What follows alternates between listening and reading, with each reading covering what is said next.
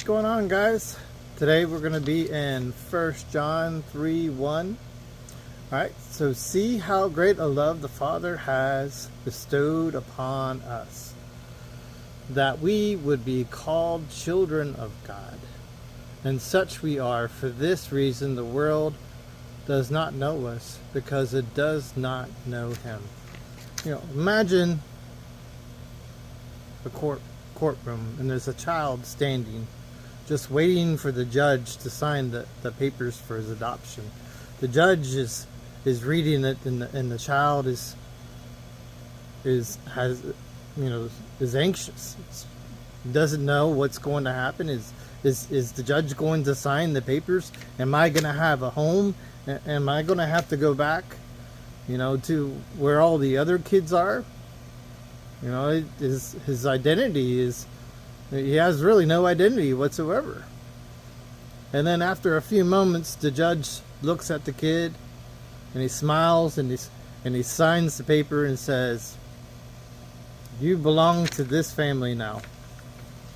And, imagine how that kid feels, right? I mean, everything has completely changed because of that one act.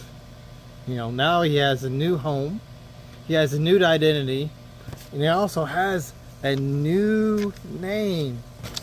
I mean, imagine this, right? This is exactly what John is actually relaying to us today, right? John says God's love is just like that.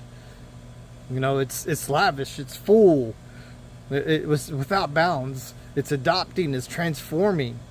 We are actually His children now, and it doesn't really matter, what the world says. It doesn't matter what, actually, what? Sometimes it doesn't really matter what you think. You are still God's child, regardless. Sometimes we can get into our feels, and we sit there and it's like, nobody likes me. Woe is me attitude. But you got to remember, God's love is still in you. And He's going to continue to work in you. And we got to remember that, we are children of God. We have a place of honor. We actually have a new status.